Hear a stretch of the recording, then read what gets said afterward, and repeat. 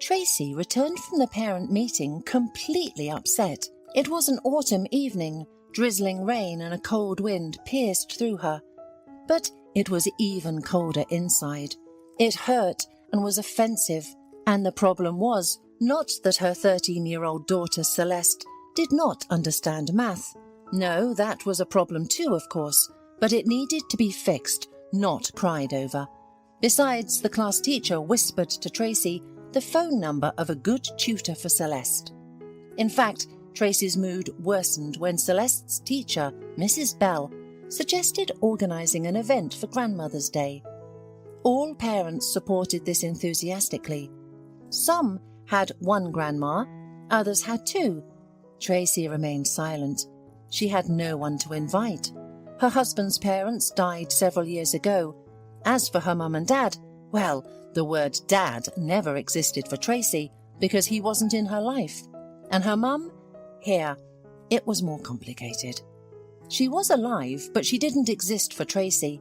Of course, she gave birth to her, but it would have been better if she hadn't. That's what Tracy used to think, until she escaped from the hell she had lived in since birth. The young woman was walking along a dim street, remembering her bitter childhood. Tracy remembered herself at the age of 5, somewhere. She was born and raised in a small village. She really wanted a doll back then, in a bright dress with lush curls. Her friend had one like that, and Tracy somehow told her mum about it. "A doll?" Her mother chuckled and said rudely, "It's more than you deserve. Draw a doll on the paper and cut it out." "Oh, you are really shameless.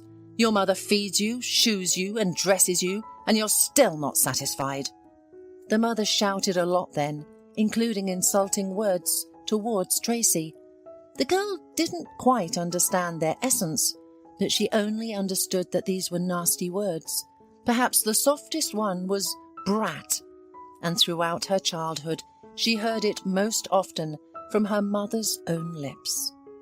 "Hey, brat, why did you wash the floor so badly?" her mother would ask her when she came from the farm, and Tracy was so offended. At 8 years old, she tried to clean the house after school to please her mother, but instead of gratitude, she heard things like that. "Hey, brat, why are you making a face?" She heard it at 13 from her drunken mother. Tracy never argued with her mother and tried not to talk back to her because she knew that if something happened, she could beat her with a stick. The girl didn't understand why her mother treated her like that. At 14, she couldn't take it anymore and asked why her mother didn't love her.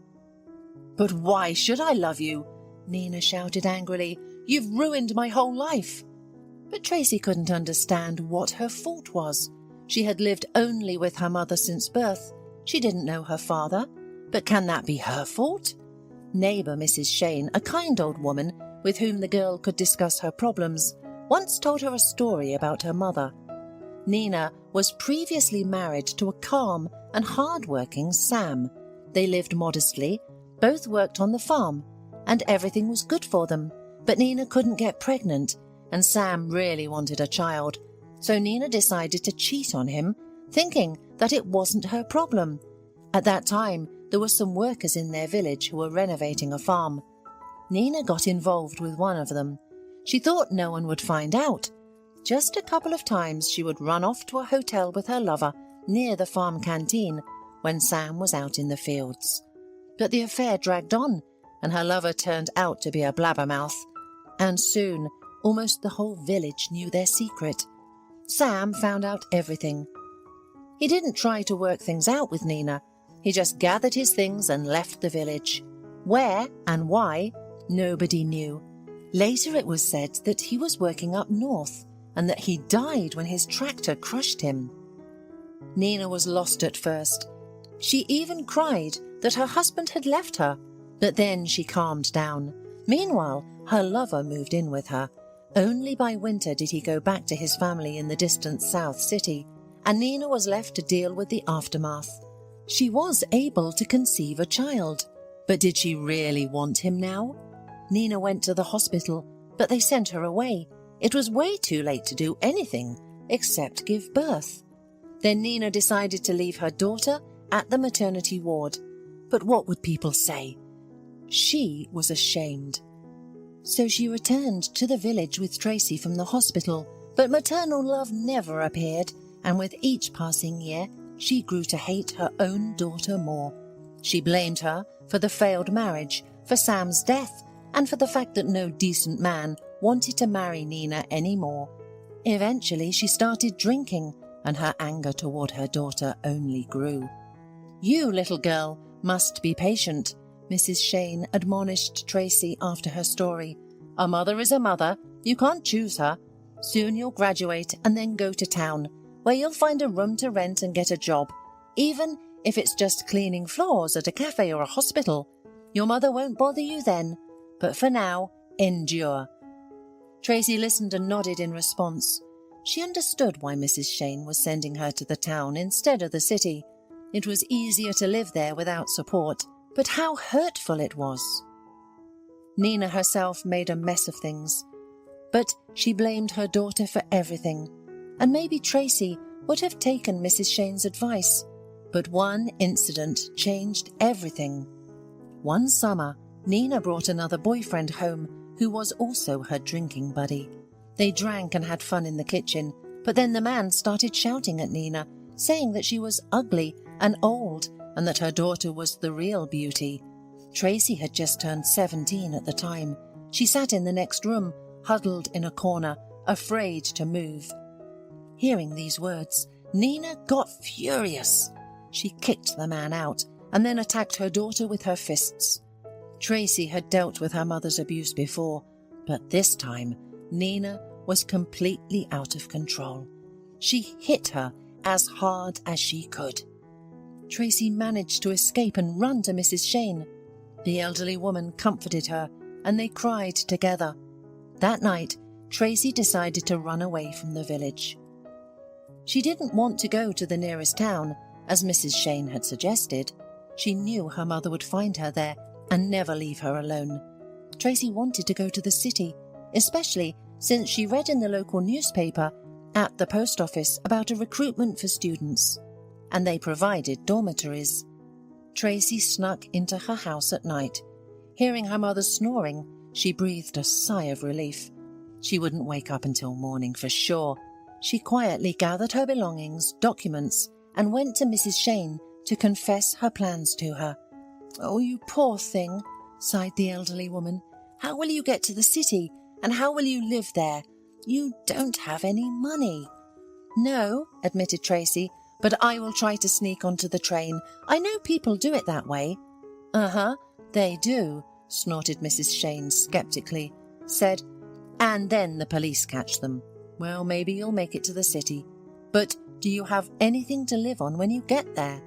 "I'll work," replied Tracy. "Yes, but what will you live on until your first paycheck?" said the elderly woman. Then she thought for a moment, sighed and went to her bedroom. She rummaged in the wardrobe for a while and then took out some bills for Tracy. At that time, it should have been enough for a month. "Oh, Mrs. Shane, you shouldn't do it," blushed Tracy. "I should, and I want." Mrs. Shane said it firmly. "Go away from here, my dear. Maybe you can change your own destiny." "Thank you," whispered Tracy emotionally. "I'll pay you back. When I earn it, I'll pay you back." Mrs. Shane smiled gently and shook her head. Early in the morning, Tracy took the scheduled bus to the district town, and from there she took the train to the city. Everything went as planned. She got into school, found a place in the dormitory, and even found a job, cleaning the common areas in the apartment buildings. She only broke one promise. She never gave the money back to Mrs. Shane.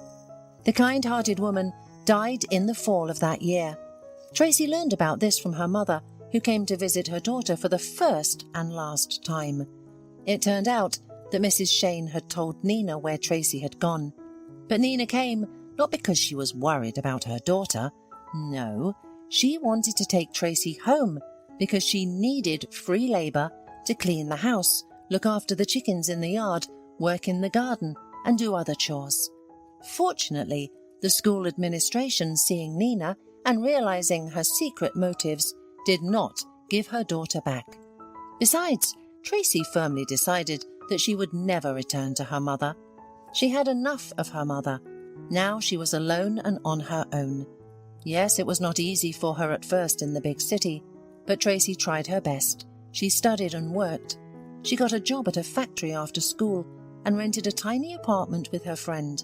And then she met Brian, a good guy who worked as a mechanic at the factory. They got married and started living together. For the first time in her life, Tracy felt that she was not alone and that she now had support and safety in the form of a close person. Tracy and Brian moved to Brian's parents when the factory closed and everyone was kicked out on the street. Brian's parents were just happy that their son and daughter-in-law would live with them. They were good people, and they helped Tracy greatly when their granddaughter Celeste was born. They were like parents to Tracy, and she was totally devastated when they were killed in a terrible accident. A truck crashed into a bus stop, and both of them died.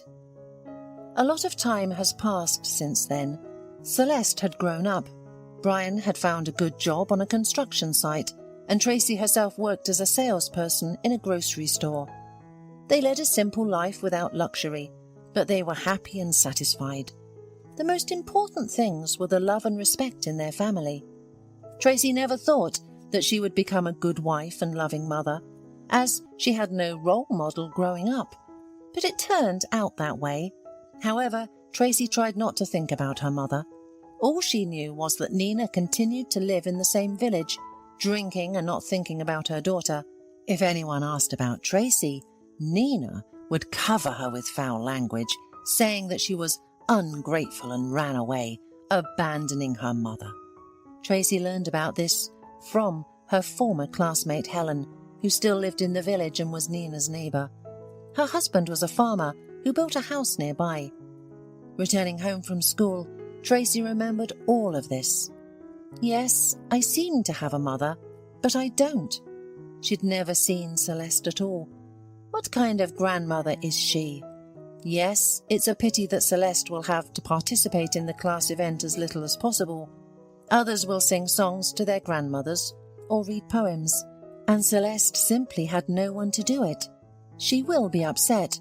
She is very emotional. Brian met Tracy in the hallway, and the most delicious aromas were coming from the kitchen. "We're frying meatballs with Celeste," Tracy's husband announced happily, and he kissed her on the cheek. "Why are you so gloomy? Did something happen at the meeting? Did Celeste misbehave?" "Everything is fine," Tracy said with a sigh. "We just need to do something about math." She decided to tell her husband about the upcoming event later. They had dinner, Celeste ran to her room, and Tracy finally shared her worries with her husband. "Oh, come on," Brian shrugged. "It's not like our daughter is the only one growing up without a grandmother. Mrs. Bell is a wise teacher. She'll find her role. As a leading person, for example." "Yes, you're right," Tracy nodded. "I'm probably exaggerating everything." "You just remembered your story." Brian hugged his wife and stroked her head like a little girl. "My girl, forget everything. I'm here. Celeste is here too, and we love you very much." "And I love you," Tracy whispered in response. As it turned out, Tracy had worried for no reason about Celeste. She was given the role of host, and the event went great, although there was a moment when Tracy saw sadness in her daughter's eyes. Celeste knew nothing about Nina or Tracy's childhood, because Tracy decided to spare the girl's psyche and only said that she hadn't talked to her mother in a long time. But everything changed on a Saturday evening in November. After a bath, Tracy decided to lie down with her phone and open a social media page. She saw a message from Helen, her former classmate. "Hello, Tracy," Helen wrote. "Your mother had a stroke yesterday and was taken to the hospital. I thought you should know. I found her on the street and called an ambulance. The doctors said she'll live, but you know that after such an illness it takes a long time to recover." "Well, let her recover," whispered Tracy. "What are you whispering about?" mumbled a sleepy Brian. "Are you chanting some mantra or what?" "If only," sighed Tracy, explaining what was happening. "We have to visit her, unexpectedly and decisively," said Brian, as if waking from a dream. "Tracy, she's your mother." "A mother who hated and treated me like a stray dog?" bitterly said Tracy. "Brian, I can't forget anything, and I can't forgive her either. I understand it's difficult, but what else can we do?" Helen said there's no threat to her life. "She'll recover and start drinking again," angrily said Tracy. "What's going to happen to her?" "And if she doesn't recover?" her husband asked cautiously. "Tracy, we should look after her, so we don't blame ourselves later." "I won't even think about it," grunted Tracy, and turned back to him, trying to fall asleep. But sleep wouldn't come. She remembered her childhood, offences and insults. Could something like that be forgiven? For the following days and weeks, Tracy stubbornly pretended that nothing had happened, although thoughts of her mother and how she was doing didn't let her rest. Helen regularly wrote, telling her that Nina was still in the hospital. Brian asked about the news, but Tracy made excuses, saying that she was still in the hospital. And then Helen wrote that her mother had been discharged. "Tracy, I understand that you have difficult relationships with your mother and that you have reasons not to love her, but she's still your mother," wrote Helen. "You should see her now. She can barely walk and she speaks with difficulty, and it's already winter outside. We, the neighbours, are helping her as much as we can. We're heating up the house and bringing her food. But we have our own work. Understand it. If there was a social worker, it would be no problem, but there's none in our village. Maybe you'll pay someone to take care of your mother?" After reading the last sentence, Tracy protested aloud. Pay for her mother? They themselves weren't doing well, and she didn't have extra money. Tracy remembered the money that the late Mrs. Shane had given her to settle up in the city. Not her mother, but a neighbour. She also remembered how she cleaned floors at night to earn bread, and how she ate that bread, which was the cheapest and sometimes stale, drinking it down with water, and her mother didn't care about her. "She won't get a penny from me," hissed Tracy. Brian heard this and raised his eyebrows, asking what was going on. Tracy read him the message from her classmate. "But she's right," he nodded. "We need to find someone to help your mother." "So that she can pour her drinks?" Tracy got angry. "That won't happen." "Tracy, she's had a stroke. She probably won't be able to handle the drinks," doubted Brian. "But she's still your mother. She's alive. If my mother were still alive in this world—" "Don't compare!" Tracy cut him off sharply. "Your mother was a wonderful woman. She was like a mother to me, and my biological mother called me a brat and other nasty names. You can't imagine how painful it was to hear." "Forgive her." "I can't and I won't. I'd rather call the district social services office today and ask about the nursing home. Let her live there." Tracy and Brian were unaware of Celeste's approach to the door. However, the girl heard everything her parents were saying. "Mum," the girl suddenly spoke, "so you want to send your own mother, my grandmother, to a nursing home? Is that even possible? You didn't communicate with your mother for many years, and you didn't tell me anything about her, and now you want to get rid of her?" Tracy turned sharply at her daughter's voice and blushed. She didn't want her daughter to know everything, but what could she do now? "Sweetheart," Tracy said anxiously, "you're still young, and there are many things I can't tell you, but believe me, it will be better this way." "Better for whom?" Celeste cried. "For you? You don't ever think that I might send you to a nursing home too someday?" "What are you saying?" exclaimed Tracy. "Celeste, you can't judge me right now. This woman only gave birth to me, and then she only insulted me. I ran away when I was 17 because she beat me, and her drunken suitors harassed me." After saying this, Tracy fell silent, realizing that perhaps she shouldn't have told her daughter all of this. Celeste, who had grown up with love and care, could hardly believe that her own mother could act this way. But that was a long time ago. Maybe she had repented. The child suddenly said sensibly. Repentance. For some reason, Tracy didn't believe in it, but her daughter's words planted a seed of doubt. For the rest of the evening, she couldn't stop thinking about her mother. No matter what, she was still her own flesh and blood. "Let's go to the village tomorrow," Brian suggested as they were going to bed. We won't decide anything yet. Let's just go and see how your mother is living." "Okay," Tracy unexpectedly agreed. The next day, Brian took a day off work. Tracy changed shifts, and they set out in their old car. Tracy was lost in thought all the way, wondering what had happened to the village. She hadn't been there for so many years. And, most importantly, how would the meeting with her mother go? If she tried to insult her in any way, she would send her to a nursing home without a second thought. Over the years, the village had become dilapidated and smaller. Many houses were empty. Only Helen's house towered like a giant, and nearby was the old hut. Tracy's heart tightened. Her childhood home. No matter how badly she had lived there, it was still exciting. The courtyard was covered with snow, and only a thin trail indicated that people sometimes came there. The wooden door creaked heavily when Tracy pushed it open. The woman froze for a second and then entered the hallway. Everything was cluttered and dirty. Tracy involuntarily grimaced. Her mother had let everything go. Clearly they hadn't cleaned in years. Tracy was shocked.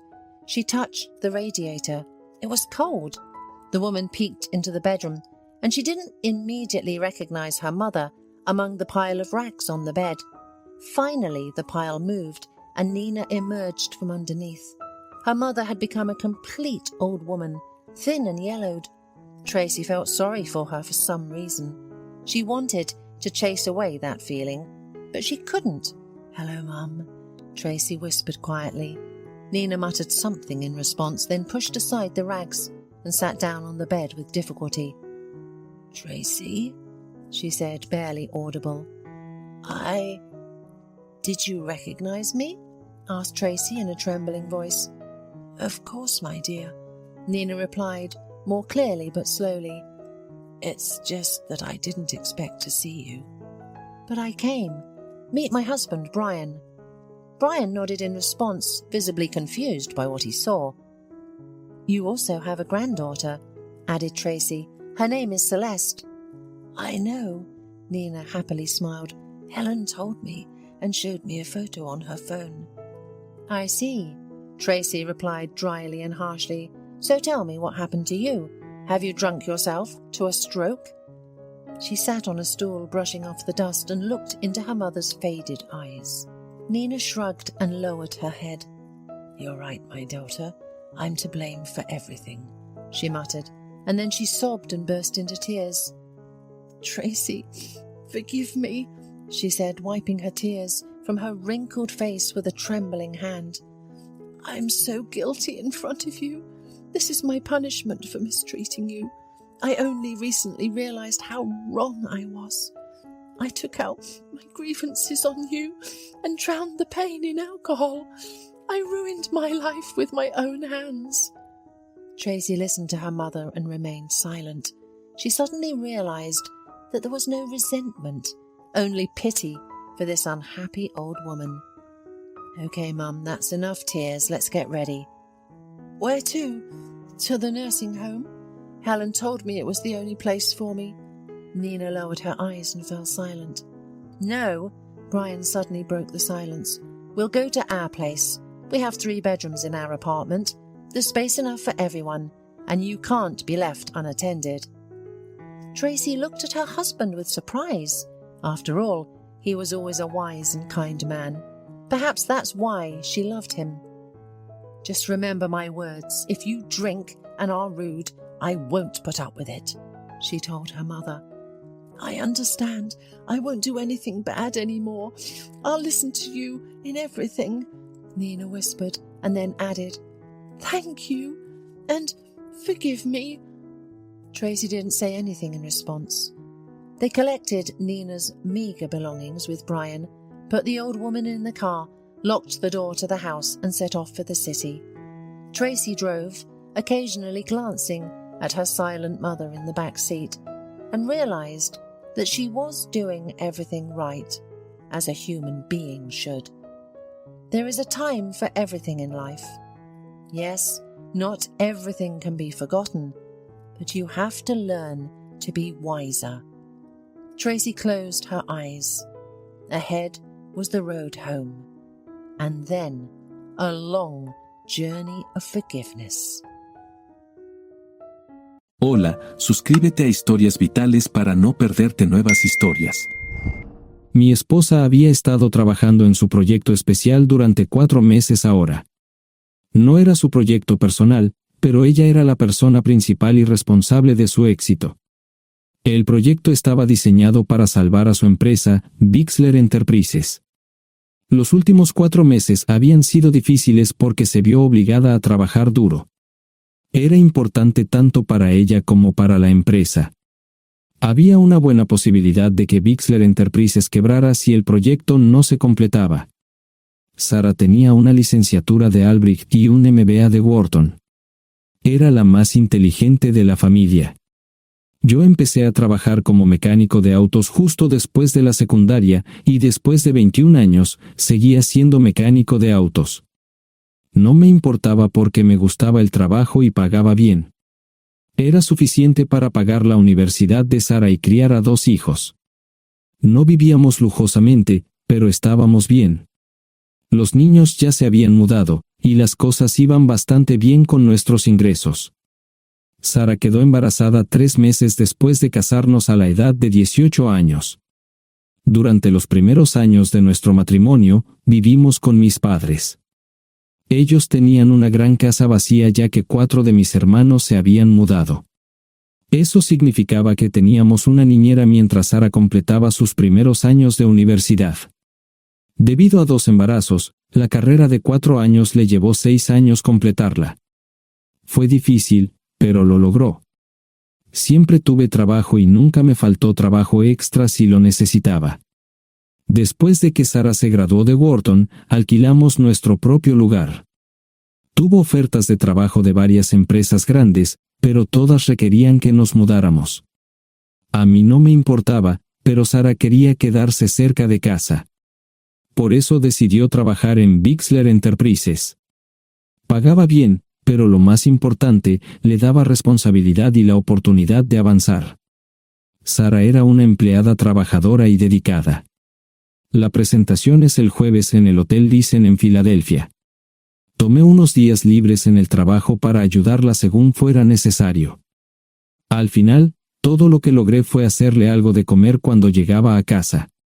No sabía nada sobre su trabajo, ni tampoco quería saber, los negocios corporativos de alto nivel me aburrían. Empresarios de Europa, Asia y América del Sur venían aquí, la empresa pagaba sus boletos de avión y proporcionaba habitaciones en el Hotel Thyssen mientras estaban aquí. Era caro como el infierno, y por algunas cosas que Sarah había dicho, la empresa estaba sobreestimando sus finanzas.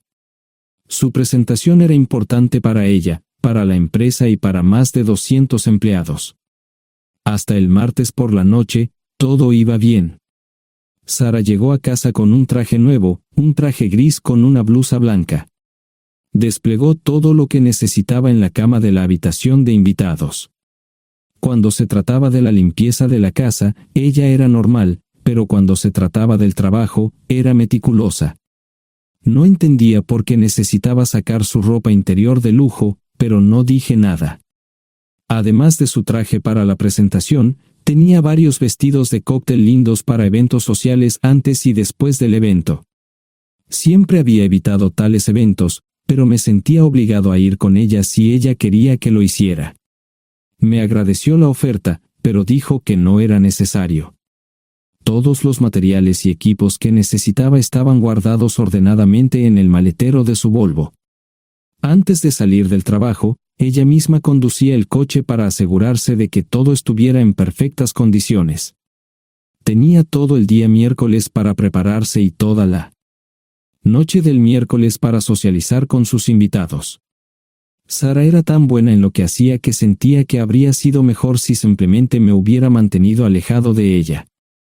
Finalmente, había terminado. Lo había revisado y vuelto a revisar todo. Todo lo que necesitaba ahora era una ducha caliente y una buena noche de sueño. Supongo que mi error fue que empecé a revisar sus cosas después de que Sarah comenzara a ducharse. Pensé que estaba ayudando, pero resultó ser lo contrario. Estaba moviendo cosas en la cama cuando un pequeño sobre blanco cayó del bolsillo lateral de su bolso de maquillaje. Una carta de una farmacia, pero no del tipo que solemos usar. Dentro había 10 pastillas.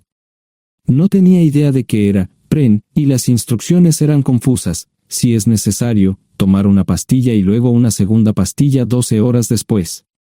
Pensé que podría ser algo que ella había conseguido para la ansiedad o los nervios, pero las instrucciones no tenían sentido. La receta estaba escrita a su nombre el lunes.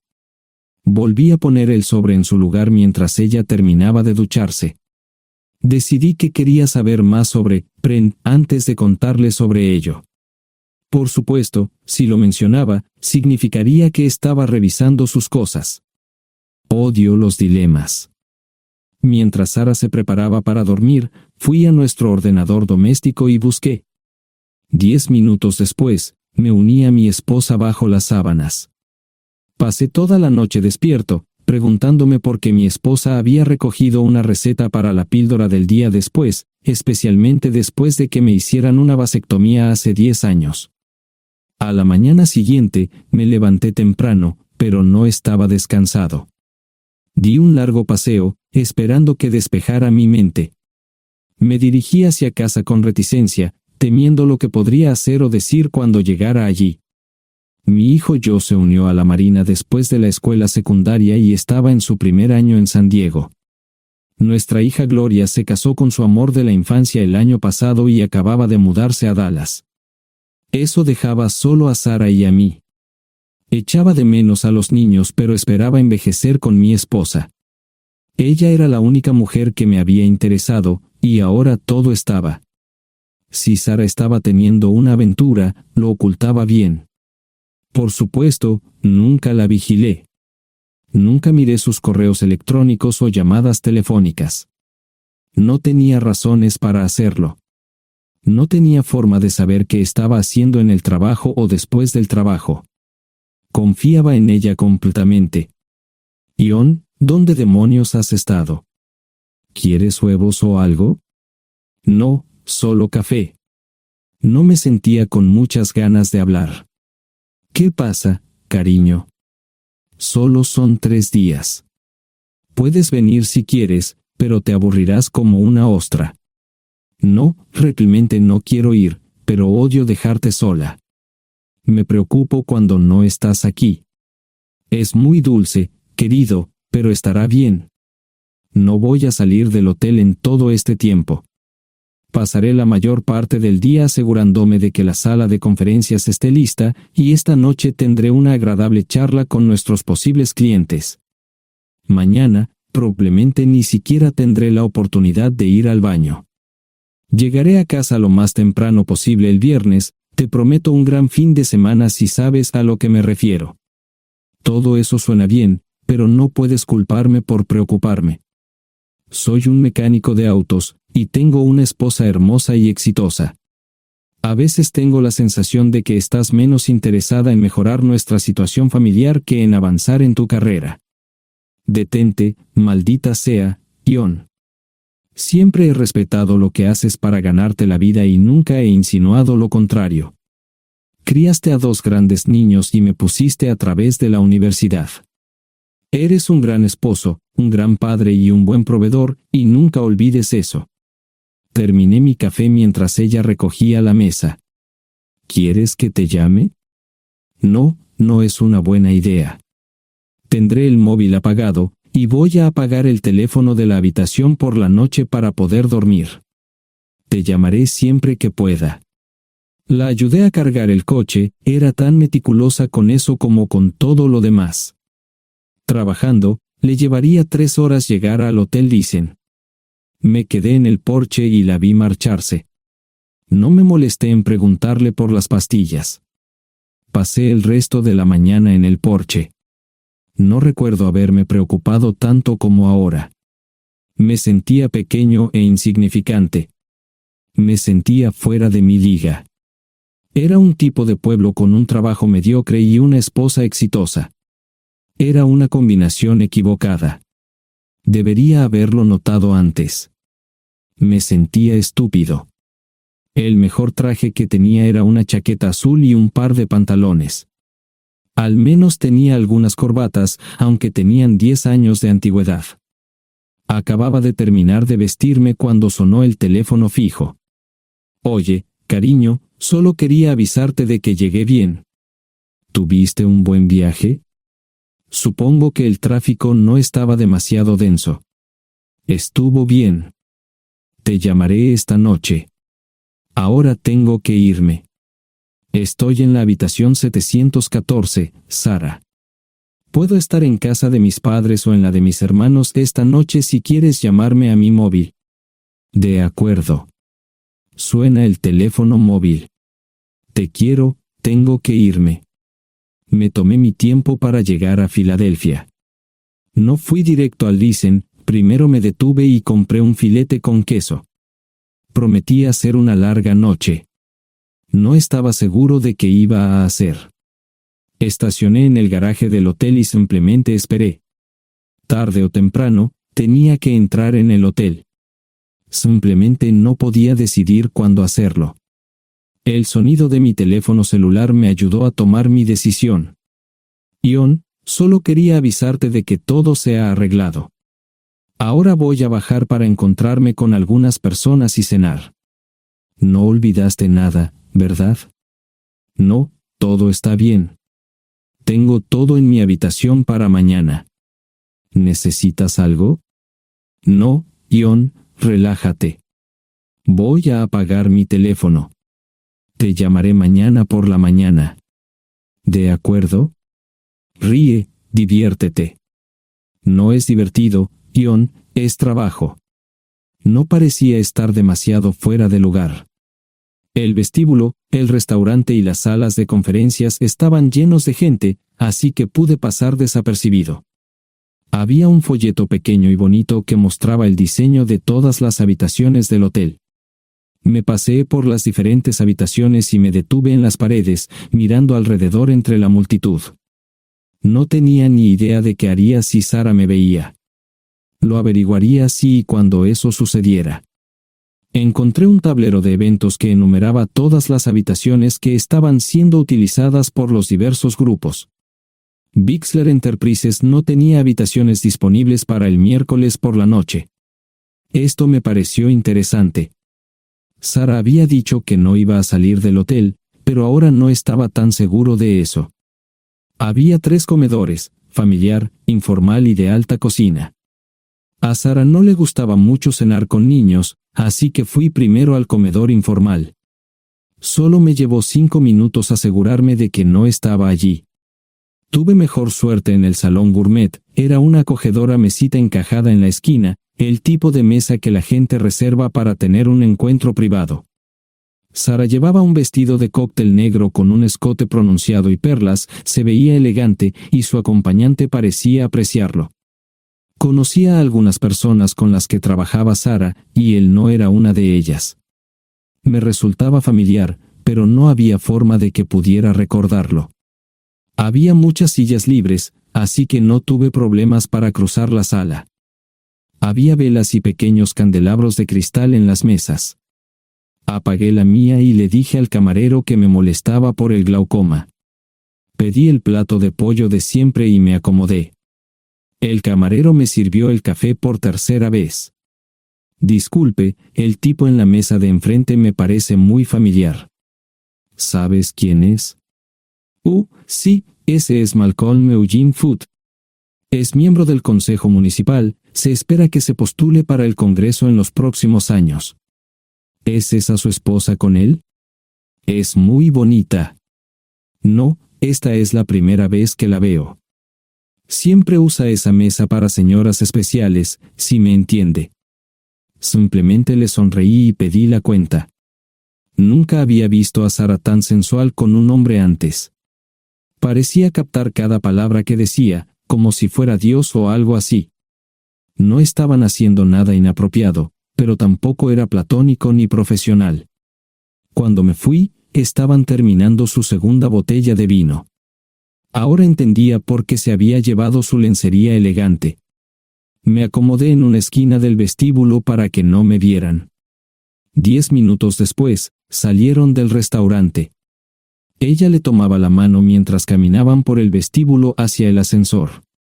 Observé cuidadosamente los indicadores de piso. Que el ascensor se detuviera en el tercer piso era una buena señal, significaba que no lo había llevado a su habitación.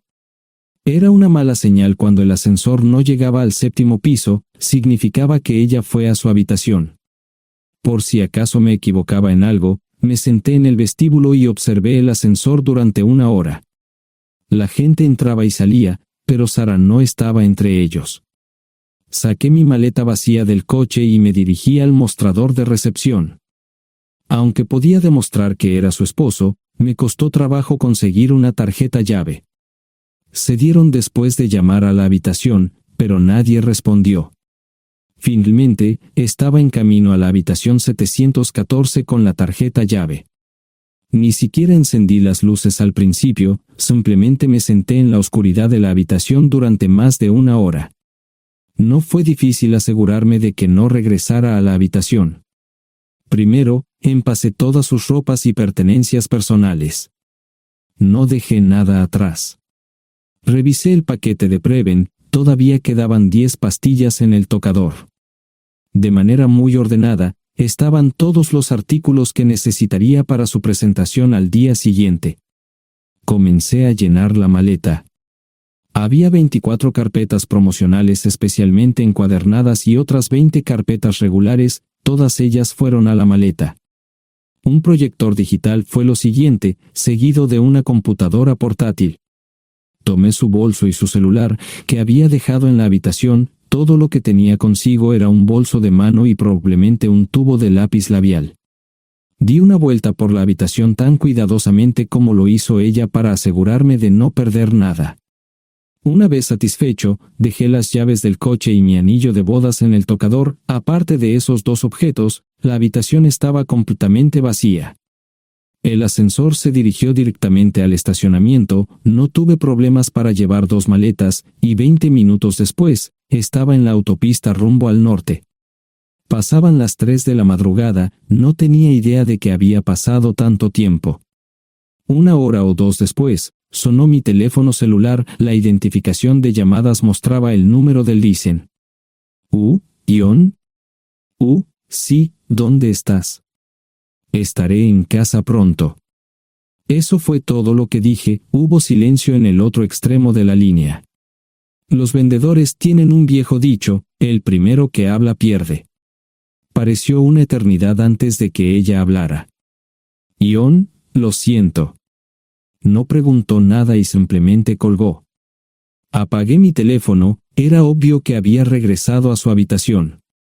Más tarde ese día, tenía que dar una presentación que salvaría a su empresa y le daría un ascenso. Metí las maletas en el desván del garaje. Sara nunca iba allí y nunca pensó en buscar algo allí. Por supuesto, en este punto, estoy bastante seguro de que no importaba.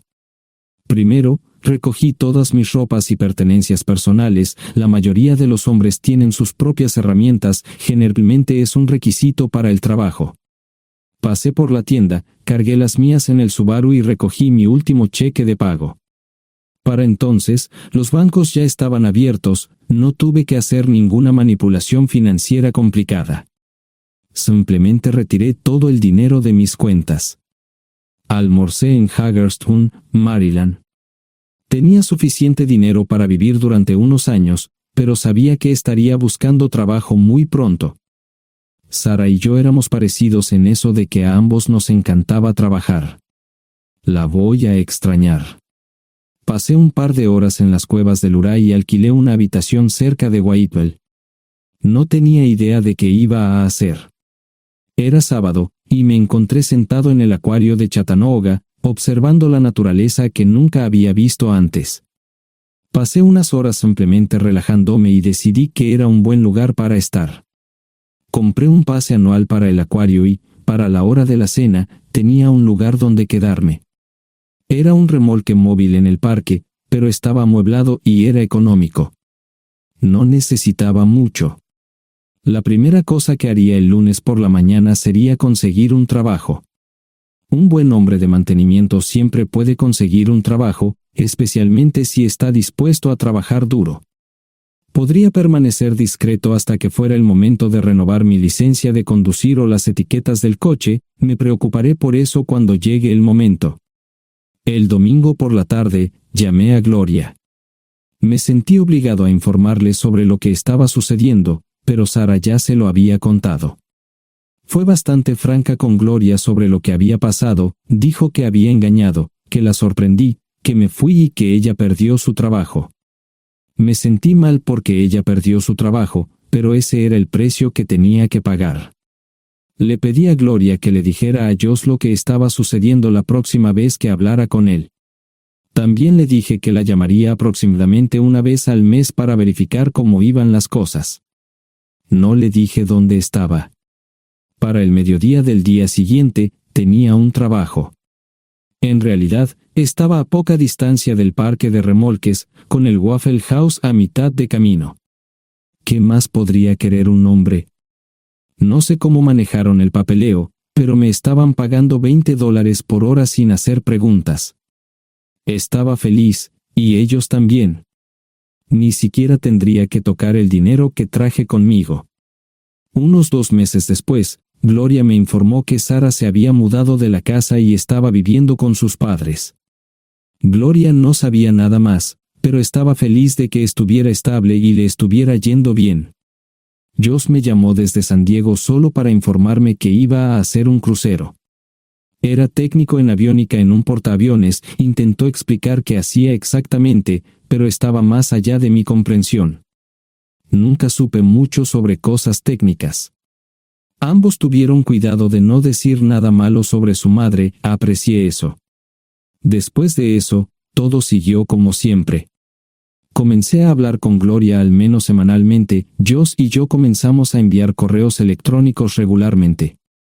Gloria hablaba regularmente con Sara, pero decía muy poco sobre lo que estaba haciendo o dónde estaba. Nunca presenté la solicitud de divorcio, y parece que Sara tampoco lo hizo. Tengo una licencia de conducir de Tennessee y las etiquetas en el Subaru. Comencé a frecuentar un bar local un par de veces al mes y tuve encuentros casuales, 2 mujeres se alternaban como mis compañeras nocturnas regulares. No buscaban compromisos, y yo tampoco, parecía funcionar bien para todos nosotros. La vida era buena. Eso fue hace mucho tiempo, y gradualmente olvidé a Sara. Con el tiempo, el Subaru comenzó a darme problemas, había olvidado cuánto tiempo había pasado.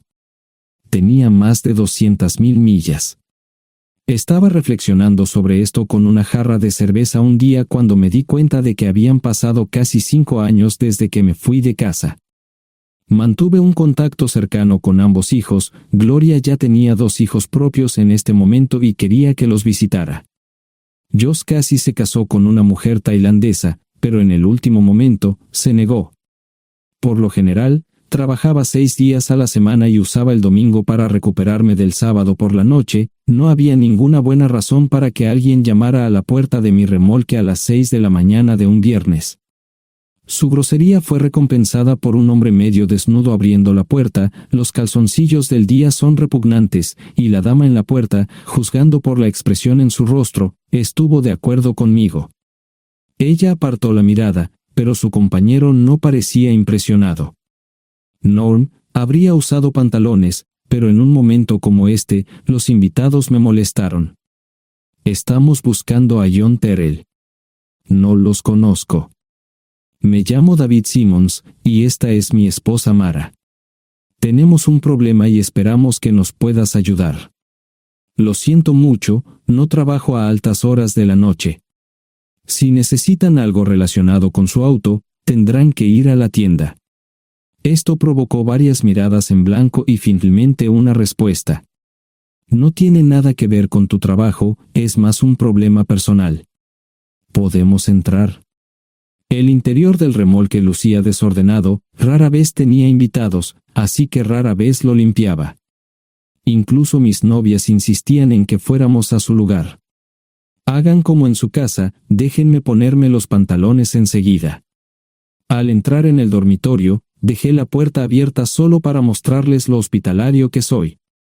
También me puse una camisa. ¿Les gustaría tomar café? Solo tomará unos 10 minutos. Aparté algunas cosas del sofá para que pudieran sentarse. No hubo respuesta a la pregunta del café. Tenemos una hija adoptiva de 4 años y otra de 2 que necesita un trasplante de médula ósea, y esperamos que nos puedas ayudar. Estamos dispuestos a pagarte si es necesario. ¿Con mi médula ósea? No, queremos usarla y estamos dispuestos a compensarte por cualquier inconveniente. Creo que quieren comprarla. Estaba actuando como un listillo, y de repente me di cuenta de ello. Estas personas eran serias, tenían un problema real y estaban buscando ayuda. Lo siento mucho, no quise interrumpir. Por favor, continúen. Nuestra mejor oportunidad de encontrar un donante es un familiar cercano. Eres nuestra mejor esperanza. Mira esto. No quiero ser un grosero, pero creo que se equivocaron de persona. ¿Cuándo nació su hija? Cumplirá 5 años en julio. Marche Simons habló por primera vez, y sonó sincera. Odio ser el portador de malas noticias, pero me hice una vasectomía hace 15 años. No hay forma de que pueda ser su padre. ¿Por qué tu nombre estaba en el certificado de nacimiento? No puedo responder eso, tal vez deberían preguntarle a su madre. Esa afirmación fue recibida con silencio. Sentí pena por estas personas, pero no sabía cómo ayudarles. ¿Cuál es el nombre de la madre? Sarah Lise Terrell. No encontraba las palabras. Tal vez no debería haber tomado esas malditas pastillas de ella, por supuesto, entonces esas personas no tendrían una hija en absoluto. Todo lo que pensaba que había superado el dolor, y aquí está de nuevo, viejos recuerdos de mi esposa teniendo relaciones sexuales con ese maldito político de Filadelfia. Estaba empezando a olvidarlo todo, y ahora estaba de vuelta. Maldita sea. Ahora entiendo y pido disculpas por mi grosería e insensibilidad. Haré todo lo que esté en mi poder para ayudarles. En primer lugar, porque no puede Sara hacerse un trasplante de médula ósea. Médicamente, no puede. ¿Por qué no? Es madre, tiene que ser una donante adecuada. Ella es una donante adecuada, pero está demasiado enferma. Los médicos se negaron siquiera a considerar utilizarla. ¿Enferma de qué? Está muriendo de insuficiencia hepática. Le quedan menos de 6 meses de vida. Esto no tiene sentido. Siempre ha estado perfectamente sana. Además, no creo que un hígado enfermo le impida donar médula ósea. El hospital no aceptará su firma en el formulario de consentimiento. ¿Estás diciendo que hay algo mal en su cabeza? Ambos me miraron en silencio, sabían la respuesta, pero no querían decirlo. En ese momento, no quería que se sintieran aún más incómodos. Hace 10 minutos, no me importaban, pero ahora sentía que tenía que protegerlos y ayudarlos. ¿Cómo sucedió esto? ¿Podría alguno de mis hijos ayudar? Quizás, pero pensamos que eras nuestra mejor esperanza. ¿Por qué no van tras su padre, su verdadero padre? Pensamos que eras tú. No tenemos ni idea de quién más podría ser. Sara no nos dijo nada sobre otro posible padre. De hecho, ella no estaba en condiciones de explicar nada, agregó Mara. Obtuvimos la mayoría de nuestra información de la agencia de adopción. Tuve que preparar café y hacer pis, permítanme un momento. Dejé a mis invitados sentados mientras preparaba el café. Solo tomó unos minutos. Mientras se preparaba, fui al baño, algo que necesitaba hacer urgentemente. Traté de ser discreto, ya había avergonzado lo suficiente a Mara. ¿Dónde viven? En Westchester, Pensilvania. Les haré una oferta. Si les digo quién es el verdadero padre de su hija, deben prometerme que lo perseguirán sin descanso hasta obtener lo que desean. ¿De qué estás hablando? El padre de su hija es un político prominente en Pensilvania. Por supuesto, negará todo y probablemente les proporcionará documentos legales para detener sus esfuerzos. Si acuerdan presionar lo suficiente para que él admita que la niña es suya, podrán avergonzarlo y obligarlo a hacerse un trasplante de médula ósea. Eso es lo que quieren, ¿verdad? Sí, claro, pero ¿cómo hacemos eso? No lo sé. Soy mecánico. Trabajo con metal para ganarme la vida. Creo que la mejor manera sería utilizar la televisión, la radio y los periódicos. Los políticos harán cualquier cosa para evitar una mala publicidad. ¿Tienen amigos que puedan ayudar? Bueno, ahora ambos estaban sonriendo. Debo haber dicho algo que les dio esperanza. Creo que podemos hacer esto. ¿Quién demonios es él? Malcolm Eugene Foote. Se postula para el Senado de los Estados Unidos. Apuesto a que hará cualquier cosa para evitar una mala publicidad. El café estaba listo, pero David y Marshall no podían esperar para llegar a casa.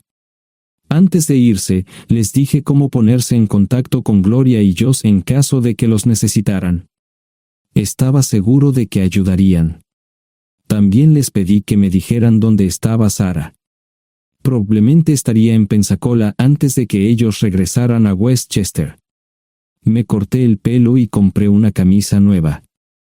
Sarah era una tramposa que arruinó mi vida, pero aún así quería lucir bien cuando la viera. Era otro remolque, pero esta vez era un bonito doble nuevo. Allí estaba su Volvo con una llanta desinflada y un parabrisas roto. La mujer que abrió la puerta no era Sarah, parecía que la habían empapado fuerte y la habían dejado empapada. Tenía al menos 45, tal vez 50, y debió haber tenido una vida difícil. La falta de maquillaje no ayudaba, y simplemente se veía horrible.